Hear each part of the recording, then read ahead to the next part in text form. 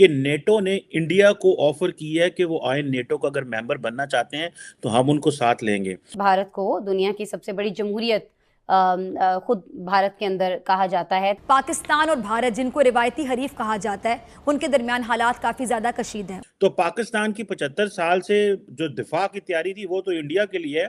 मैं तो इसको भी सोच रहा हूँ, कल इंडिया नेटो का मेंबर बन गया तो हम अमेरिका और यूरोप से कैसे लड़ेंगे और क्या होगा। वही मोदी सरकार है जो तब गुजरात तक महदूद थे, अब पूरी भारत पर उनका राज दिखाई देता। कोई तो होगा जो समझ बूझ रखता हो, जो इंसानियत के लिए अभी भी दर्द दिल रखता हो, कोई ऐसा बंदा जिसकी नरेंद्र मोदी साहब बात सुन सकें। आज मेरी रिक्वेस्ट है इस प्लेटफॉर्म से कि प्लीज आप बड़े बैठें, एक बैठक करें, नरेंद्र मोदी साहब को समझाएं कि टेबल टॉक ही हल है। कि आज इंडिया को नेटो का मेंबर ऑफर होना और हम अपनी सर्वाइवल और आइडेंटिटी की तलाश में हैं कि जी टेबल टॉक ही हल होता है। दुश्मनी तो पहले से चली आ रही है, लेकिन शबाश साहब आपने एक बात पे गौर किया, हमें लोग आतंकवादी, टेररिस्ट, पता नहीं क्या क्या कहते रहे, लेकिन अभी भी बात करने के लिए तैयार हैं। हम उनकी पूरी पॉलिसी को, पूरे एजेंडे को समझने के बावजूद, नेगेटिव सोच को समझने के बावजूद, मैं सिर्फ नरेंद्र मोदी की बात कर रही हूँ, उन टाइप के जो लोग वहाँ पे कुछ परसेंटेज में होंगे, पूरे भारत की बात नहीं करी। भारत में बड़े पढ़े लिखे लोग, ऐसे लोग मौजूद है।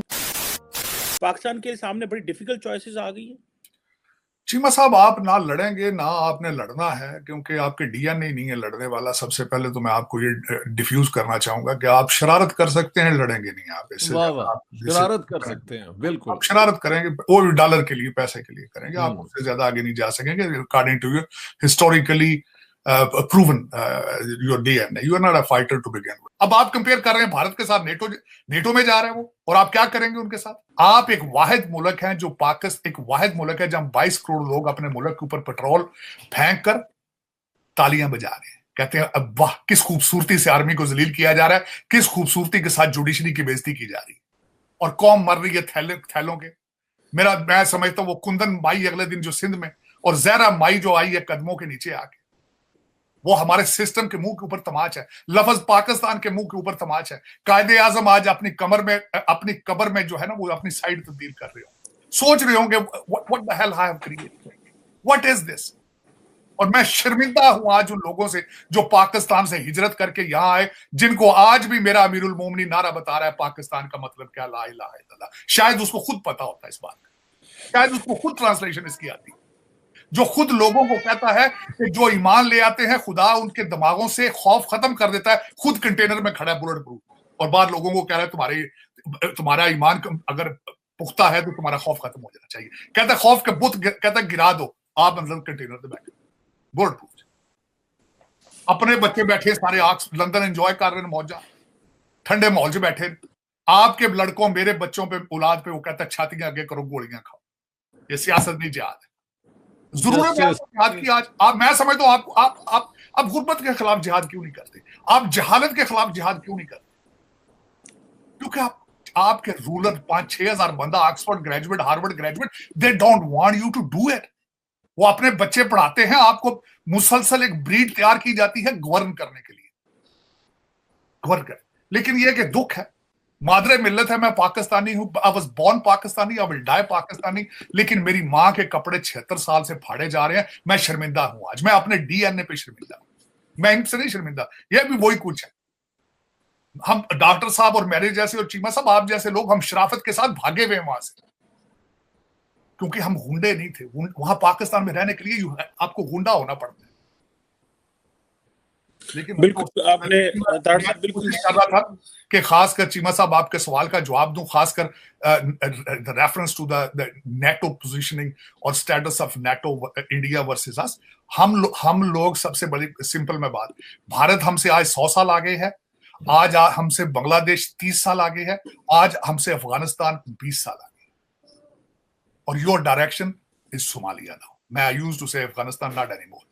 Somalia, Mogadishu, your destination is Libya, जहां पे वार लॉर्ड होते हैं। मैं हमेशा ये कहता था वार लॉर्ड आ चुके हैं, 4 सूबे हैं, 4 हुकूमतें हैं, 4 वार लॉर्ड है वहां।